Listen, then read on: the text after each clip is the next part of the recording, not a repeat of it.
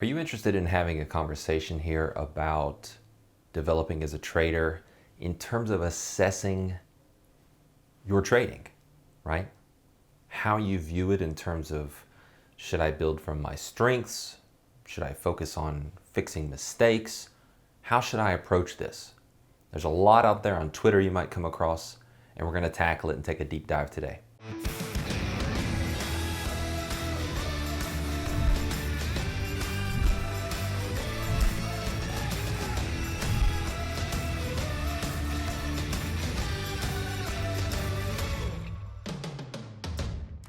Hi, I'm Merritt Black, Head of Futures Trading for S&B Capital, a proprietary trading desk based out of New York City. We might come across something on Twitter that says, you should only build from your strengths as a trader, right? Focusing on your weaknesses is just, it's never really going to get you as far. I have a bit of experience trading, over a decade of intense short-term, day after day trading, and quite a few years now of working on developing traders as we build out our futures desk here. I have fantastic mentors, guys that have come before me like Bella and Steve and built out the equities desk. And so collectively we have a lot of experience on this topic of developing traders and around how we should think about assessing our performance. Positive, negative, strengths, weaknesses. What do we think about it?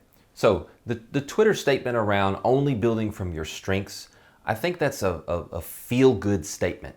Someone might come in and say, yeah, I just want to do what I'm good at and that's what's going to make me best. It's feel-good, but I believe it's an oversimplification. And we're going to talk more about that. Of course we should build from our strengths as a trader. That's absolutely something that we should do. It's all about finding your style, developing your niche. When we sit down in a chair to trade, especially the earlier and earlier in our career that we're sitting down in that chair, we don't know what those strengths will be really. Could you take some, self-assessment tests and look at where you've been successful in your life in the past, where you've not in the past, and start to develop some ideas about that? Absolutely. Sure you can. But really there's no replacing sitting down in that chair and focusing on trading and trading well and kind of exploring different styles and seeing what makes the most sense to you and where you start to identify with the strengths that you have in terms of trading strategy and time frame and all those things. So going through that process and building from your strengths is something that should very much be done. Unfortunately, this isn't sports where we could pretty much look at ourselves in the mirror or time ourselves running a 100-yard dash or time ourselves running 10 kilometers and determine if we should be a sprinter or a long-distance runner. That's a luxury that we don't have in trading because it's not a physical game. So yes, as you work to develop that niche, build from your strengths, for sure. Now, what does it take to build from your strengths? Well, firstly, it takes identification. And then secondly, it takes the building, right? First, we have to identify them. And then we can focus on doing more of what works and building from those strengths. This will only come through focused, consistent, directed effort towards this. You have to sit down at the end of the day, the end of the week, the end of the month, and assess what are the things that I can do well and that I have done well. There's no escaping this work. You have to assess, and we typically do that through the review process. Identify some things you're doing well. I know personally, I can be overly critical as a person, and certainly looking inwardly, I can be that way and was that way. So one of the best things I learned from Dr. Steenbarger is not only just berating myself at the end of the day, but also incorporating and doing some other things and making a concerted effort to identify some strengths. Make myself, through hard work, identify, oh, you know what? Okay, I'll throw you a bone here, Merritt. You did these things well today, right? It's important to do that. It takes work, it takes effort. Your strengths or weaknesses as a trader might surprise you. It may not be what you think. It may not easily mirror what you have seen in life outside of trading. Trading will bring out some demons or all kinds of things that you may have not known exist about yourself. So this brings me to a big point here around building from strengths and assessing strengths. Even if you are a one setup specialist, that one setup, it may work for the rest of this year, it may work for the rest of next year, and out of the blue, there's a million stories like this all over the trading world, it might stop working.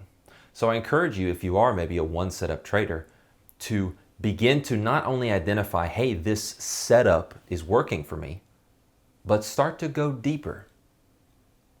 Identify the actual skills, the things that are within your control, the things that make up the nature of that setup that you're doing well, that you can begin to replicate as you grow in your trading and perhaps first get better and then get bigger, and now you can get broader.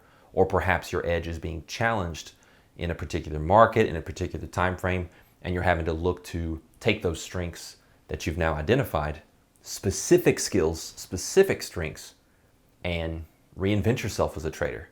That's part of the evolution of being consistently profitable. Markets evolve over time. So if you can go deeper than just, oh, this setup has worked for me the past 2 times I've traded it, that could be good. There's some good that can be had from that, and it's a good starting point.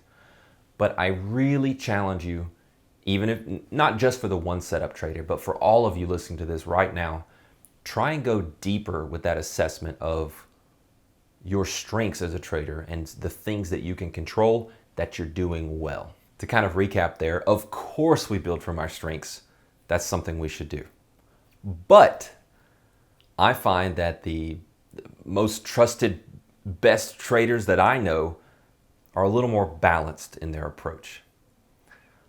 We can't just sweep mistakes under a rug.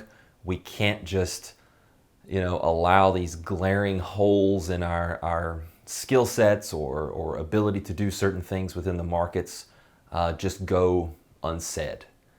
It's important for us to address them and to identify them through that same review process and hard work. As traders, we don't just focus on the upside of a trade we might take. I know I used to do that. It got me into a lot of trouble because I didn't consider the downside, and all of a sudden now I'm deer in the headlights when it's not going my way. Then I start fighting. You get the picture. So we don't just assess the upside of trades that we might take. We need to consider the risk, the downside, the negative. We don't just look at our winners when we review our trading over the past day or week or month, do we? We also look at the losers. It's very important. So when we consider our skill sets, our decision making, all the stuff that goes into doing what we do as traders uniquely, we must also consider mistakes, deficiencies, things that we could really do a better job of, and that's going to be very helpful in your trading. Now, remember, stay balanced. Don't be overly optimistic and only look at the good things. Don't do like I mentioned earlier that I used to do and just beat yourself up at the end of the day. Even if you made money, you said, oh, I should have made more, should have done better, blah, blah, blah. Find that balance. Strike that balance between the positive and the negative. I always tell my desk traders, admitting a negative is not a negative. That's a positive. So feel free to admit those. Don't beat yourself up over it, and then move on, move forward with process goals and things that you can do to improve. One quick analogy here. Imagine a sports team. It's football season right now, so American football. After the big Sunday game, the team piles into the film room to review what they've done. Do you think that these professional athletes and these professional coaching staff are only going to look to identify the things they did well, and that's all they're going to talk about? No, they're not going to do that. Do you think that the only thing that they're going to do is identify mistakes that each player made and yell at them and tell them that they're worthless and they stink? No, that's not all they're going to do. I bet you they're going to do both, right? I bet you the coaching staff, and you're your own coaching staff as a trader, is going to identify, hey, this is really working. This is a real strength of mine. How can I further leverage this and get better?